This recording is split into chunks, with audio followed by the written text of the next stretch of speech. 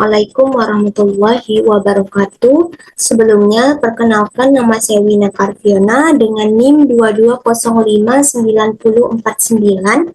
Baik, di sini saya akan menjelaskan bagaimana cara melakukan uji regresi linear logistik Biner menggunakan aplikasi SPSS. Baik, langsung saja ke langkah yang pertama. Di sini saya sudah memiliki data responden kuesioner yang berisikan 76 responden yang memiliki satu variabel terikat yaitu Y dan variabel bebas itu ada X1 dan X2. Baik, untuk lebih gampangnya kita anggap variabel Y itu sebagai kinerja karyawan, yaitu ada dua kategori di mana 0 berarti baik dan 1 berarti buruk. Untuk variabel X1-nya kita anggap sebagai budaya organisasi. Dengan dua kategori, 0 berarti budaya organisasi tersebut lemah dan 1 berarti budaya organisasi kuat. Untuk X2-nya kita anggap sebagai disiplin kerja, dikategorikan dua di mana 0 berarti tidak disiplin dan 1 berarti disiplin.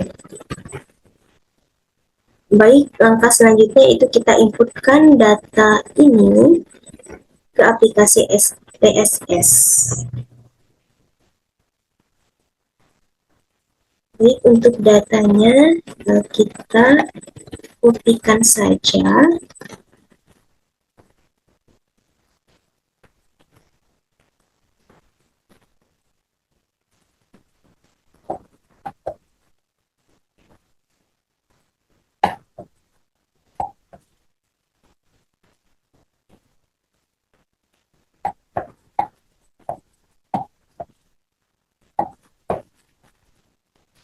Kita kopikan saja. Selanjutnya kita buka aplikasi SPSS. Kita ke data view, terus data yang telah di-copy kita pastikan saja.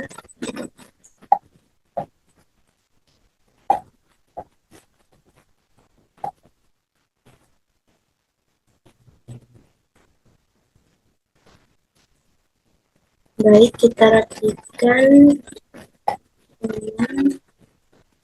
1, 2, dan 5.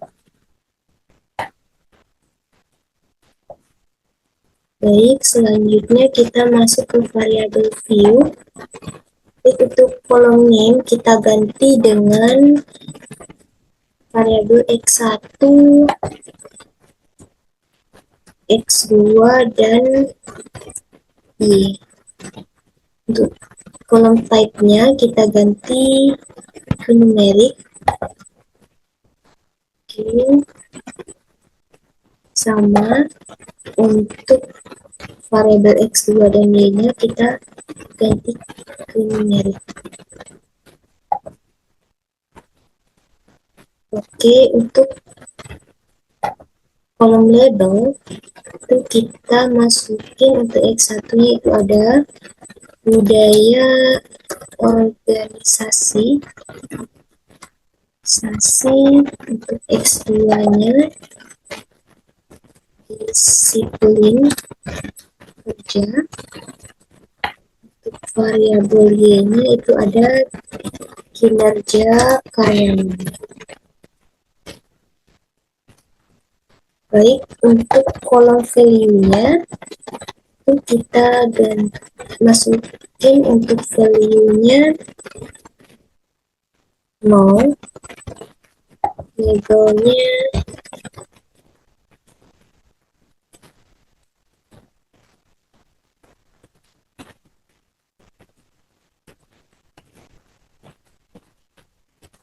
lemah,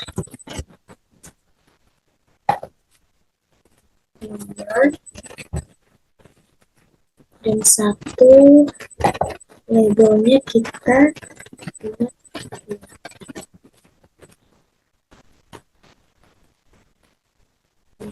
ini untuk disiplin kerja Kita masukin value-nya 0, labelnya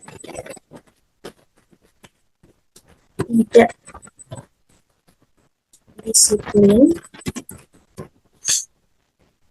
kan 1 untuk labelnya itu disiplin.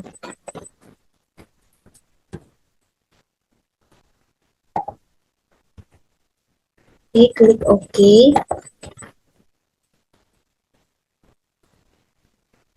Untuk kinerja karyawan, kita masukkan 0, berarti baik.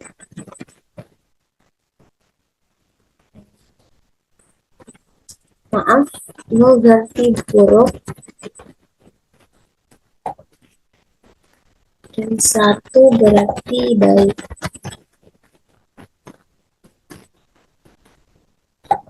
Oke.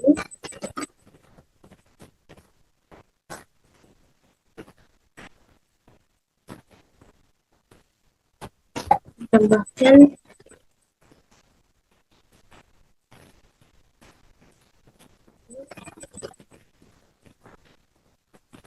klik OK. Selanjutnya kita klik Analyze.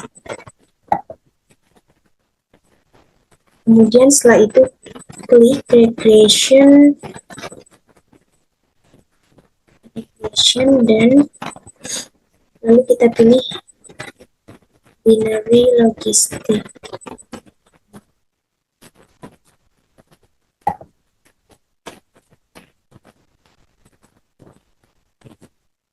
Jadi untuk variabel dependentnya itu ada kinerja karyawan. Untuk covariate-nya atau variabel independennya itu ada budaya organisasi dan disiplin kerja.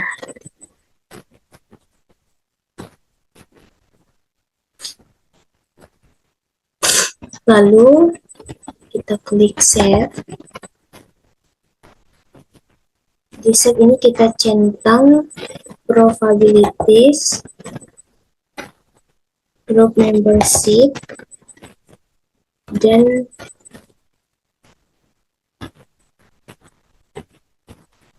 standardize dan student diet.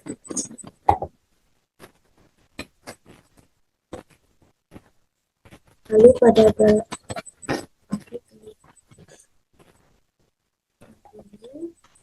bagian option kita centang classification quotes, Hosmer Lamesso. Sini ada case wise, kita centang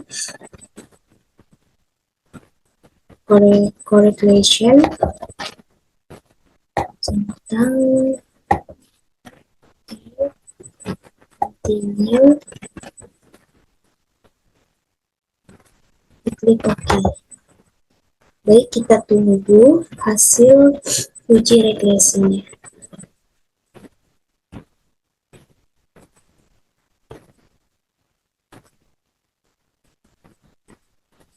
Baik, di sini sudah muncul hasil uji regresi linear logistik.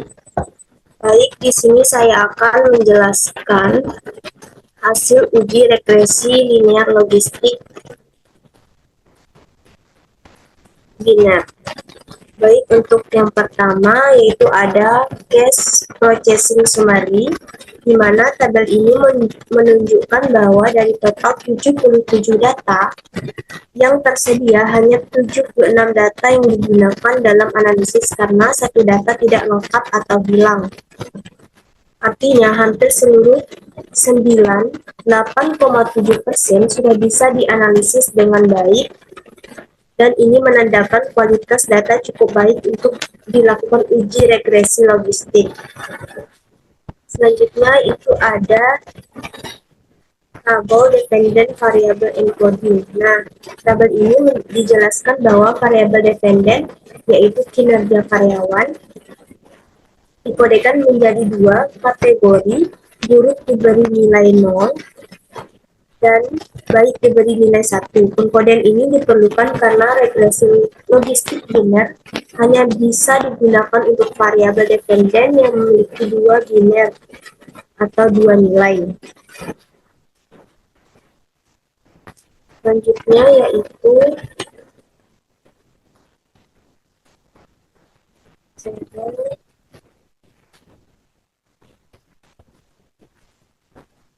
iteration history, di mana tabel ini menampilkan proses perhitungan awal pada model tanpa variabel independen atau hanya konstanta.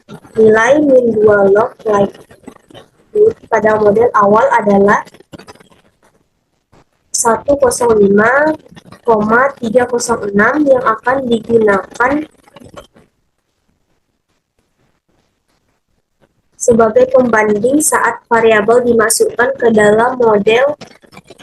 Koefisien persentase masih sangat kecil dan belum bermakna karena belum ada variabel bebas yang menjelaskan kinerja karyawan. Selanjutnya yaitu classification table. Nah, tabel ini menunjukkan kemampuan model awal dalam memprediksi kinerja karyawan. Karena belum ada variabel bebas yang dimasukkan, model hanya menebak semua karyawan memiliki kinerja yang buruk. Akurasi model ini adalah 51,3%, yang artinya model hanya mampu menebak berdasarkan jumlah terbanyak, bukan karena analisis mendalam. Selanjutnya itu ada tabel variable not integration. Nah, tabel ini menampilkan uji awal terhadap variabel bebas atau budaya organisasi dan disiplin kerja sebelum dimasukkan ke dalam model. Hasilnya menunjukkan bahwa kedua variabel ini memiliki nilai signifikansi 0,000, yang berarti secara statistik yang sangat layak untuk dimasukkan ke dalam model regresi logistik. Selanjutnya itu tabel iteration history.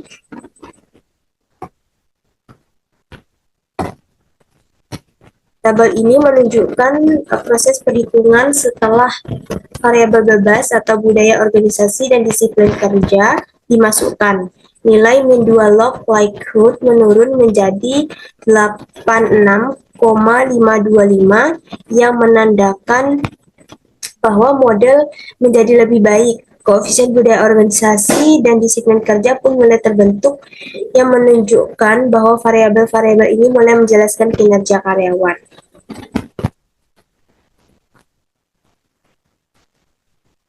Lanjut ke tabel model summary. Nah, tabel ini memberikan informasi seberapa besar kemampuan model dalam menjelaskan variabel dependen. Nilai Cox dan Snell Square sebesar 0,219 dan Nagelkerke R Square sebesar 0,292, berarti model mampu menjelaskan sekitar 21,9% hingga 29,2% variasi kinerja karyawan, sementara sisanya dijelaskan oleh faktor lain di luar model ini.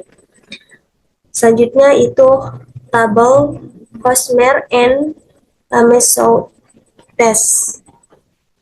Tabel ini digunakan untuk melihat apakah model sudah sesuai dengan data, fit atau tidak. Hasil uji ini menunjukkan nilai signifikansi sebesar 0,063. Karena nilainya lebih besar dari 0,05, maka model dianggap cocok atau layak digunakan untuk memprediksi kinerja karyawan. Selanjutnya yaitu tabel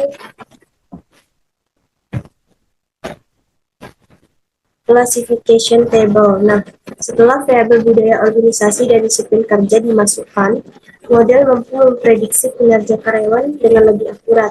Nah, dari data 76, model berhasil menebak dengan benar 29 orang yang berkinerja buruk dan 27 orang yang berkinerja baik.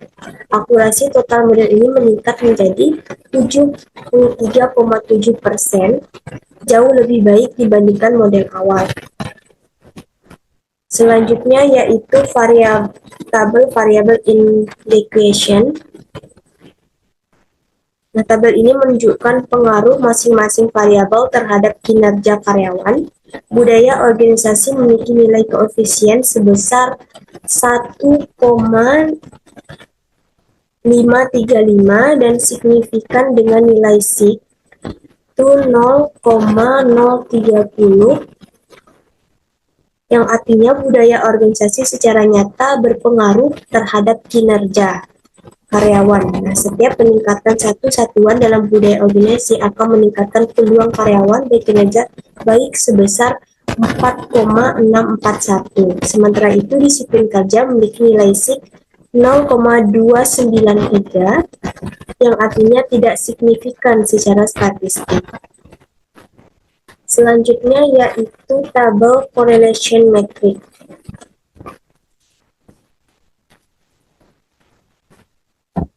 Nah, tabel ini menunjukkan hubungan antar variabel. Bebas terlihat bahwa budaya organisasi dan disiplin kerja dalam tabel ini memiliki korelasi negatif sebesar 0,671. Meskipun cukup kuat, korelasi ini masih dalam batas yang aman, yang artinya tidak terjadi masalah serius multikolinearitas atau hubungan terlalu tinggi atau variabel. Mungkin hanya itu saja penjelasan dari saya. Saya tutup dengan wassalamualaikum warahmatullahi wabarakatuh.